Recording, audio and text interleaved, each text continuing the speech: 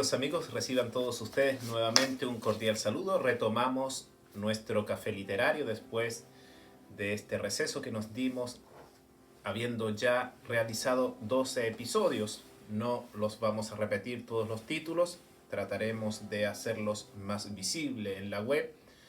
Y continuamos. Lo importante en esto de la lectura es no detenernos jamás. Siempre hay algo interesante que leer, siempre hay algo que nos puede enriquecer y que nos puede ayudar muchísimo. Sobre todo, pienso que es particularmente interesante buscar y leer aquello que nos enriquece más o, y este es el caso del día de hoy, aquello en lo que somos más carentes. Uno de los temas en los cuales creo todos nosotros tenemos que trabajar, porque es tan amplio el objeto del estudio que necesariamente por algún lado somos pobres, es en la historia. Todo lo que es historia es un mundo enorme. Todo lo que es historia lleva al estudio de generaciones y generaciones, pensadores y pensadores. Entonces, siendo tan amplio el espectro del objeto del estudio que tenemos que realizar, necesariamente nos vemos en la necesidad de circunscribir aquel objeto de estudio, en este caso la historia de la humanidad, la historia de América, la historia de Europa, la historia de Oriente, la historia de Occidente, los grandes reinados. Todo tenemos que irlo circunscribiendo un poco para poder comprenderlo. Y si este trabajo es importante y ya los historiadores hablan de periodos históricos para poder circunscribir, también nosotros como personas que queremos enriquecernos y tenemos todos grandes lagunas en este sentido, creo que hay un aspecto en el cual no podemos permitirnos al menos ir a olfatear un poco o a tener una percepción de lo que existe. ¿De qué estoy hablando? El libro que les presento el día de hoy es nuevamente de nuestro querido Louis de Gaulle, la colección Arcaduz, y se llama Fundada sobre Roca, y es una breve historia en 240 páginas, una breve historia de la Iglesia. Por supuesto que es una gran síntesis, pero créanme que es una síntesis bien realizada, es una síntesis que nos dará un panorama histórico bastante completo, aunque sí perfectamente no actualizado, y también en el origen se podría decir que prescinde de todas las raíces judías y de consecuencia comienza después del, digamos así, en términos bíblicos, en el Nuevo Testamento. Pero es muy interesante porque las lagunas nuestras van un poco en el corazón mismo de la historia. Los grandes santos, los grandes pensadores con los cuales la Iglesia ha enriquecido la humanidad, tenemos un poco que conocerlos. Esta historia de la Iglesia es por muchos reconocida como magistral, escrita, y esto también es muy importante para nosotros, pobres lectores, con amena, es una historia escrita con amenidad, es amena, es livianita, se lee y se escucha lo que se lee con agrado. Y es también imprescindible, dicen algunos, para estudiosos como para los lectores que desean una visión básica de lo que ha sido la historia de la Iglesia.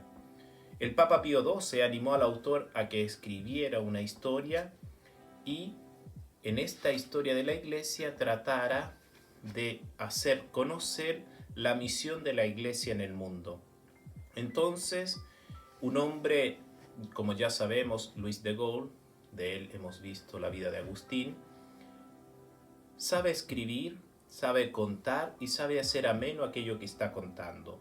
Por eso que es un texto que yo les recomiendo muchísimo.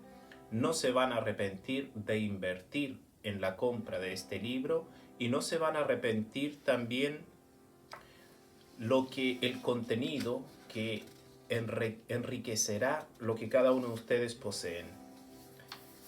Por supuesto, siendo una historia de la Iglesia y teniendo un índice tan amplio, ya podrán verlo cuando lo compren, creo que es muy difícil poder detenerme en un contexto histórico o en un periodo histórico de la historia de la Iglesia. Para hacerles presente la belleza y el modo de escribir del autor, quisiera leerles, y ténganme paciencia, pero creo que es necesario, leerles una página de este libro, donde por supuesto se habla de un periodo histórico, ya lo comprenderán, de unos personajes históricos que ya reconocerán, y creo que les hará percibir la belleza del texto y les dará también una percepción de cómo se comprende un periodo histórico a través de los personajes o de las personas o de los santos que en ese contexto histórico vivieron. La Guerra de los 100 Años y Santa Juana de Arco. Mientras tanto, una terrible guerra, que parecía interminable, enfrentaba a Francia con Inglaterra. Los ingleses ocupaban gran parte del territorio francés y parecían invencibles. Para colmo, el poderoso duque de Borgoña se había convertido en su aliado. Carlos VII de Francia ni siquiera podía ir a Reims para ser allí coronado, pues los ingleses habían interceptado las comunicaciones con París y sitiaban la ciudad de Orleans, cuya rendición parecía inminente. Así estaban las cosas cuando una joven campesina de Domremy, en Lorena, se presentó en la corte de Carlos en Chinon. Se llamaba Juana de Arco y tenía solo 17 años. Decidida, declaró que había oído a Santa Catalina de Alejandría, a Santa Margarita y a San Miguel Arcángel, y que las voces le habían ordenado forzar a los ingleses a levantar el sitio de Orleans, coronar al rey en Reims y salvar a Francia. Carlos VII era un hombre débil, pero no tan estúpido o tan necio como para creer algo tan absurdo. Sin embargo, cuando Juana adivinó sus más íntimos pensamientos, empezó a vacilar.